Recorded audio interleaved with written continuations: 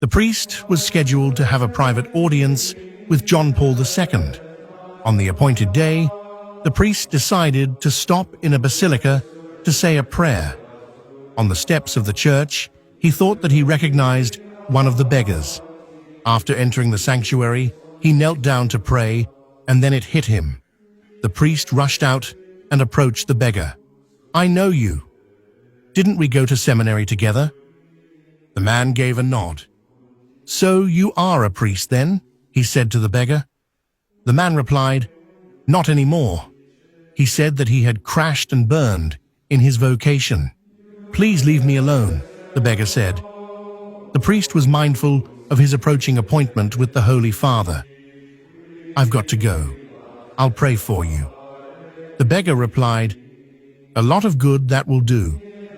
The private meetings with the Pope are typically very formal. There are a number of people who have been granted a private audience at the same time, and when the Holy Father makes his way toward you, his secretary hands him a blessed rosary, and the Pope in turn hands it to you. At this point, one would probably kiss the Pope's ring and say something heartfelt. However, as Pope John Paul II approached, the priest gave in to a holy impulse, got down on his knees, and implored the Pope, "Pray, Holy Father, for this particular man. I went to the seminary with him, and now he is a beggar. He's lost. Pray for him." The priest told the Pope the entire story. The Holy Father looked concerned, and he assured the priest that he would pray for his friend. As he moved on, he whispered something to an aide. Later that day, the priest was contacted by the Vatican.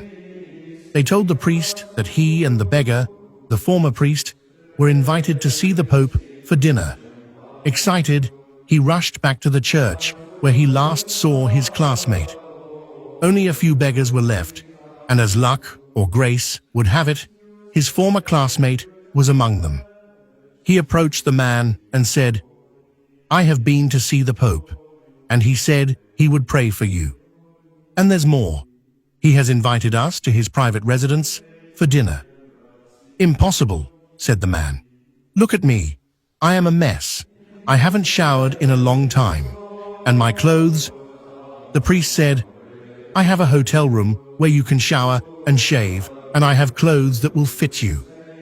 Again, by God's grace, the beggar priest agreed. The Pope's hospitality was wonderful. At the close of dinner, the Pope's secretary whispered to the priest, "He wants us to leave," at which point the priest and the secretary left the Holy Father alone with the beggar. After quite some time, the beggar emerged from the room in tears. "What happened in there?" asked the priest. The most remarkable reply came. "The Pope asked me to hear his confession," choked the beggar. After regaining composure, the man continued. "I told him, 'Your Holiness, look at me. I am a beggar. I am not a priest.' The Pope looked at me and said, 'My son, once a priest, always a priest, and who among us is not a beggar? I too come before the Lord as a beggar, asking for forgiveness of my sins.' I told him I was not in good standing with the Church, and he assured me that as the Bishop of Rome, he could reinstate me right then and there. The man relayed that it had been so long since he had heard a confession that the Pope had to help him through the words of absolution. The priest friend asked, "But you were in there for some time. Surely the Pope's confession did not last that long." "No," said his friend, "but after I heard his confession, I asked him to hear mine." The final words spoken by Pope John Paul II to this prodigal son came in the form of a commission. When the NY priest was invited back in from the hallway, the Pope asked him about the beggar. "Where was the parish where you found him?"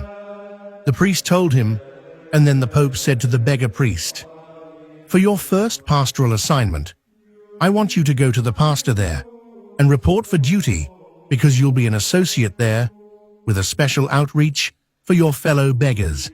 And that is where the beggar is today, fulfilling his new priestly role, ministering to the homeless and the beggars on the steps of the very church from where he had just come.